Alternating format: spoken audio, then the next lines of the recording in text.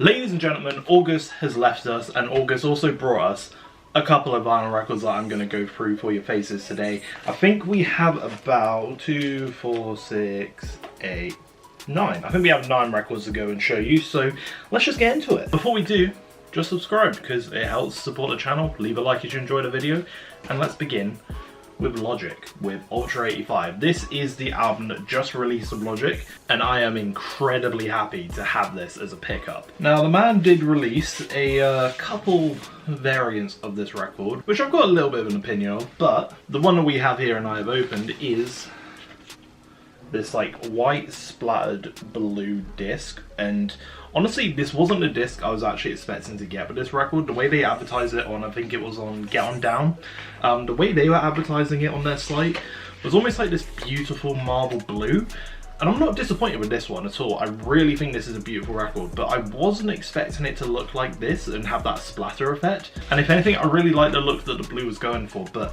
if you want to take a look inside, there we have like the pre-Ultra 85 logo, and then we have the back with the track list there. Obviously, Sam Spratt, who does a lot of Logic's album covers, always does an amazing job with Logic's covers, and this is no different. I've been listening to this album quite a lot recently, and I think it is definitely up there. I think I'd put it in my sort of top 4 spot for Logic, maybe. I'd have to consider that, but it's definitely up there in terms of one of his best projects he's done, especially of late. Now, I did mention about the whole, I've got a bit of an opinion on the whole multiple vinyl record releases thing. So I've got this one, I have this one, and I have this one. There are 3 that I brought of Logic, and that was kind of accidental. I didn't really mean to. I could have cancelled an order, but I just never got around to it, intentionally, which is my own stupid fault. And this will be a little bit of an advertisement for a future video I'm looking to make, because I think it's getting out of hand with the amount artists are making variants of, and I'm part of the problem.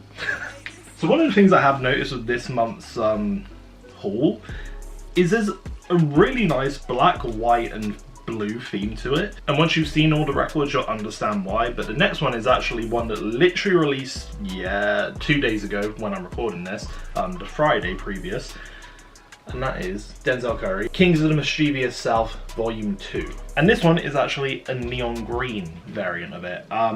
This is another one where I was looking at it and there were actually about 4 or 5 other discs that you could have got, but this album was fun. I enjoyed it. I would definitely put it on one of my most enjoyed listens of the year in terms of new albums, but I'm not going to go out my way and say it's like one of an album year worthy or anything like that. It was like a fun mixtape, which I feel like is what this series is supposed to be. Now, to be fair, when I look at this, so the front cover is really cool, but when I look at the back, I really love the way they designed this one with all like the features going around Denzel's face and whatnot. I think that's a really sick way to go about it.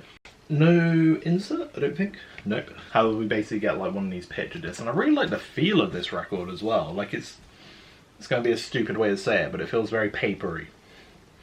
I hope you understand what I mean when I say papery, but like a bit more matte, maybe? I don't know. Maybe more like a newspaper. That's how this is kind of feeling right now. And if we want to take a look at the neon green, it's definitely a bright green. That is definitely for sure. Hang on, if I turn the ring light off, you might be able to tell that better. Yeah, it's glowing even without the ring light. That's pretty mad on camera at the very least. It actually looks radioactive, what the hell. So can confirm, it's neon green alright. But there we have the new Denzel Curry album in the collection. So this next one is actually a 10th anniversary edition, and that is for Moron by Schoolboy Q. And I'll be real, like I've always like seen the cover, and obviously I think this one is a bit of a variation of it because it was always black around it, whereas this one's white. However, Schoolboy Q, especially with his latest release with Blue Lips, I'm really starting to dig Schoolboy Q. I'm like, obviously I got very into the whole Kendrick Lamar and Drake beef that was going on, and during that time I got really into Kendrick Lamar, and when I was watching the Ken and Friends show, I think is what they called it, Schoolboy Q is obviously there, and they played some of the songs. I believe one of them is on this album. Is Win on here? Maybe not. No, I don't know. But the point I'm trying to say is that I was basically put onto Schoolboy Q through watching all that stuff Kendrick was doing, and this was kind of one of my reasons for getting this album. And it is kind of like one of those like early 2010s classics. However, I've got a little bit of an issue with this record because, funny enough, Ellie opened this one, and this was nothing she did, and Ellie's my partner, by the way, for those of you who don't know. And of course, like, the first record she had to get had to be like the first record I'd kind of got delivered to me that was kind of ruined. I'm not sure if you'll be able to spot it very well here. In fact, I don't think you can see it at all. I'll probably need to like actually film this, but essentially, oh, actually, let's turn the light on again. There you go. How does this look if I do it now?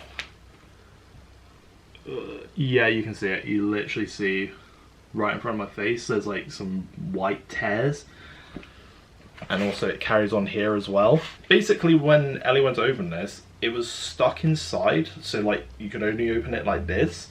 And then she was like, she gave it to me, and said, and like, oh, she should warn me about it. And I was like, screw it, I'll just go for it and see what happens. And unfortunately, it did tear a little bit. It's nothing like major to the point of like this is like fully refundable or anything like that. I'm not that fussed about it being that refundable, although I am tempted to go back to where I got it from, which I think I'm not even going to say the wrong one just in case I don't want to give any bad rep or anything, but I might actually go back and like kind of just make a bit of a complaint about this, because that's kind of it's not the end of the world. It's just one of those things that's super annoying. However, to make up for it, we do have these amazing splattered discs. Splattered discs seem to be like what's all the rage right now when I'm looking at vinyl records at the moment, but basically got this transparent one with the black sort of splatter there, which I think is awesome, and I think also really suiting for the album. I mean, part of me is even like, maybe instead of transparent clear record, it might be better to have just white, but I think nonetheless it still works really well. And then on the back you can see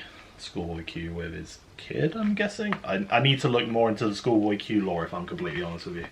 So this next record I'm really happy to get, because Jay-Z is an artist I've been wanting to add more of in my collection. I think so far I've literally only got the Blueprint volume. Wait, no, there's no volumes to the Blueprint, just the Blueprint. And when I was searching around on one of the record stores I like to buy online, they had this on sale. It was only about like £2 off, and it was still about like £24 or something like that. But we have the Black Album, and this is a classic album. And it's a great one to outgrow the Jay-Z collection. This project's probably most known for the song 99 Problems. And also a lot of people will probably recognise the song Encore, because that verse is... I actually never realised until I listened to the song, because I had always heard that Linkin Park version of Encore first. But I thought that was like literally a proper song where Linkin Park took one of their songs and Jay-Z rapped over it. I never realised they just took Jay-Z's verse from the actual song Encore on the Black Album and just stuck it onto a remix version, essentially, which was a new lesson for me to learn. But this is a sick album to be able to have on vinyl, in all honesty, and I'm very happy to have it. There's marks on this as well. There's marks on the fucking front cover. Is that me? That doesn't feel like something I would have put there, or a reason why I could have done that. That's fine, that kind of coming off. Maybe it was me. Now, I think one of the things I'm starting to like about vinyl records again, and it's something that I didn't really... I'm not always bothered about getting them, but it's just like, with the amount of variants that are coming out, I'm starting to appreciate just like the regular black discs that you get with vinyl, because I think they're a little bit underappreciated. And I think with this album particularly, obviously the Black Album, I think it kind of goes in hand with it. So nice to finally add a second Jay-Z record. I think the next one I'm probably going to try and go for is going to be the Reasonable Doubt album. Sorry, I was just trying to put the disc in. And actually, something I didn't almost show you is there is an insert in this album. You can see right here, with pictures from the era of Jay-Z on the front of it. And then on the back you got Jay-Z again with all the credits on the song. Oh, also, there is actually a nice message written in there, and it's actually signed off SC, obviously Sean Carter, so that is quite a nice one to add there. And there's actually an excerpt from his book, The Black Book, which was coming soon, but that was 2003? Don't know. And because obviously where Eminem stands on his channel, Eminem appears right there. Focus, not me, on there.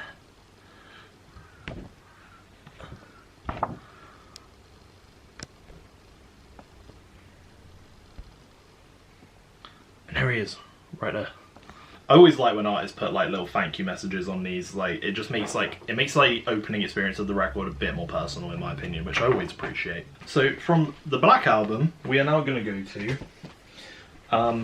this album that is black. This, in case you don't know, is actually from Vice Staples' new album, and this is going to be a test. I didn't think This was one, I didn't think this was a gatefold, but it is. I hope this isn't a Donda 2.0. Like, if you're gonna have a black cover, right, I do not mind. But if you're gonna make it a record, I kind of just expect don't do a good gatefold or anything, because it just makes it feel a bit... My Donda experience has kind of scarred me in a way, because that, like, I don't want to open 20 different sides of the vinyl record just to see that it's all black. That's not what I want. So I really hope there's like some imagery involved inside this, because Vice Staples, that is an album that is in one of my contenders for, I wouldn't say it is the album of the year, but it's in like that sort of like top 5 position in terms of listening to, because I thought it was such a great listen. The Moment of Truth, please just don't be black. Oh, thank God it's not. There's actual illustrations. Oh, thank goodness. Oh, it's not an awful opening experience. Oh, it's actually a nice one. Oh, Kanye, you need to learn from this, my guy. There we have the insert with like loads of the songs on there. Wait, hang on. Yo, that's kind of cool. So if you basically look at this, if you were to pause and not focus on me, hopefully it focuses well enough so you can see. But basically, say the word close here, if you turn it around and look on the other side, it then appears on the other side of it as if you're looking through the glass. If you're looking through like a transparent glass, then that's how you would see it from behind, basically. So that's really cool to see on that little bit of detail. And then we have another regular black disc. And then we have logo here, and also the dates, 10 years, and in loving memory of. So I'm hoping that's not a 10-year-old child. I know someone's probably watching this like, did you even listen to the project?